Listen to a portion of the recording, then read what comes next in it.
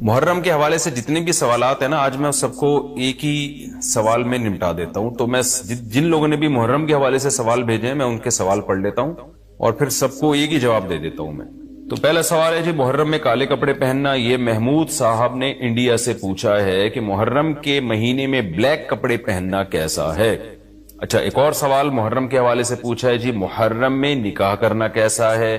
یہ سوال پوچھا ہے جی ظہور احمد نے کشمیر سے کہ اگر شادی محرم یا سفر کے مہینے میں کی جائے کیسا ہے. کچھ لوگ کہتے ہیں کہ ٹھیک نہیں ہے. اچھا بھائی آگے چلتے ہیں ہم. 10 محرم کو کون کون سے نبی کو نجات ملی. یہ سوال پوچھا ہے جی ام محمد نے.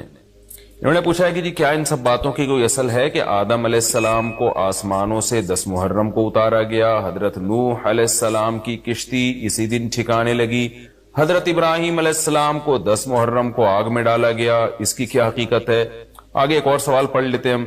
کیا قیامت محرم میں آئے گی؟ کیا قیامت 10 محرم کو قائم ہوگی؟ محمد فہد نواز ڈیرہ اسماعیل خان سے.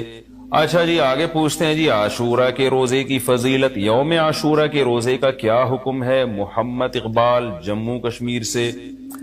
اسی طرح عاشورہ کے دن کے حوالے سے ایک سوال پوچھا ہے جی 10 محرم کے ساتھ ایک دن کا روزہ ملانا، کیا صرف یوم عاشورہ کا روزہ رکھا جا سکتا ہے یا 10 محرم کے ساتھ 9 یا 11 کا روزہ ملانا بھی ضروری ہے؟ یہ سوال پوچھا ہے جی ساجد صاحب نے کراچی سے.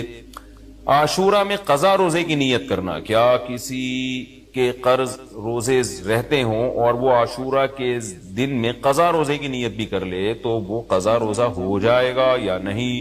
یہ محمد اسماعیل نے راول پنڈی سے پوچھا ہے جی محرم کے دنوں میں روزے رکھنا، یعنی محرم کے عام دنوں میں روزے رکھنا. یہ سوال پوچھا ہے جی کیا محرم کے پہلے تمام 10 دنوں میں روزے رکھ سکتے ہیں؟ یہ صوبیہ ناز صاحبہ نے پوچھا ہے کرناٹک انڈیا سے. 10 محرم کو دسترخوان وسیع کرنا، یہ بڑا دلچسپ سوال ہے، اس میں میرا خیال ہے سب کو بہت زیادہ دلچسپی ہوگی. 10 محرم کے دن دسترخوان وسیع کرنے کی کیا فضیلت ہے جبکہ 10 محرم کو روزہ رکھا جاتا ہے؟ 10 دن میں کچھ کھاتے پیتے نہیں اور افطار کے وقت 11 محرم شروع ہو جاتی ہے، تو اس حدیث پر کس طرح عمل کیا جائے گا؟ عائشہ صاحبہ نے کراچی سے پوچھا ہے. اور ایک اور سوال ہے جی محرم میں حلیم بنانا کیسا ہے؟ کیا محرم میں شوقیہ حلیم بنانا اور کھانا جائز ہے؟ محمد زبیر. اور اسی سے ملتا جلتا ایک سوال ہے جی حلیم کا تلفظ کیسے کریں؟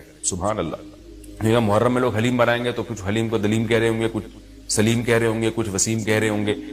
تو اس سے پھر سلیم اور وسیم کو تو غصہ آئے گا کہ یار ہمارا نام حلیم کو کیوں دے رہے ہو. تو یہ بھی سوال پوچھا ہے جی حلیم کو حلیم بولنا چاہیے یا دلیم بولنا چاہیے، اس بارے میں وضاحت فرما دیں. محمد طاہا. یہ سارے محرم اور محرم سے ملتے جلتے سوال تھے آج کے سیشن میں، تو میں نے کہا ایک ہی دفعہ میں سارے سوالات میں پڑھ لوں، پھر ایک ہی دفعہ میں ان سب کے جوابات ہو جائیں تو اچھا ہے. دیکھیں محرم کے بارے میں غلط فہمیاں بہت ساری ہیں. پہلے تو میں یہ عرض کروں محرم کی اسلام میں فضیلت کیا ہے اور کیوں ہے یہ فضیلت.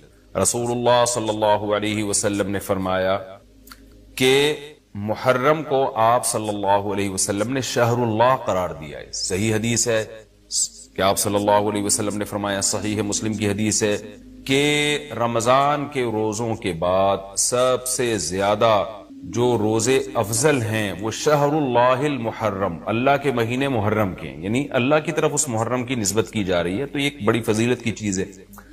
اور قرآن میں جن 4 مہینوں کو محترم قرار دیا ہے، عرب ان مہینوں میں جنگ و جدال کو حرام سمجھا کرتے تھے کہ یار یہ ناجائز ہے، اس میں جنگ نہیں کرنی چاہیے، ان مہینوں کا احترام لازم ہے. ان میں 4 مہینوں میں محرم بھی ہے. محرم، رجب، ذی الحجہ، ذی قعدہ، ذی الحجہ، یہ 4 مہینے ہیں جو محترم ہے، لیکن ان میں پھر رجب بھی داخل ہے اور ذی قعدہ بھی اور ذی الحجہ بھی، تو یہ بھی ہے. اور 10 محرم کے روزے کی بڑی فضیلت ہے. آپ صلی اللہ علیہ وسلم نے فرمایا 1 سال کے گناہوں کی معافی کا ذریعہ بنتا ہے. لیکن آپ نے فرمایا کہ یہودیوں کی مشابہت نہ کرو، کیونکہ یہودی ایک روزہ رکھتے ہیں تو ہم 9، 10 یا 10، 11 2 روزے ملائیں گے. تو یہ محرم کی فضیلت ہے.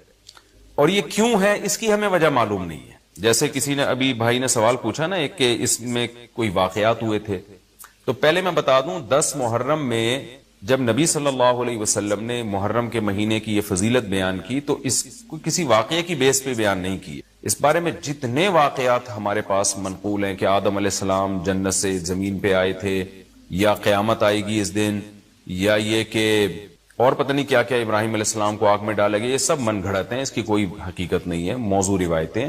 البتہ اس دن موسیٰ علیہ السلام اور بنی اسرائیل کو فرعون سے نجات ملی تھی، اس بارے میں روایت سندن بہتر ہے، یعنی اس کو مستند روایت کہا جا سکتا ہے۔ تو وہ یہ کہا جا سکتا ہے کہ 10 محرم کو موسیٰ علیہ السلام اور بنی اسرائیل کو اللہ نے فرعون سے نجات دی تھی، اسی بیس پہ یہودی روزہ رکھا کرتے تھے اس دن۔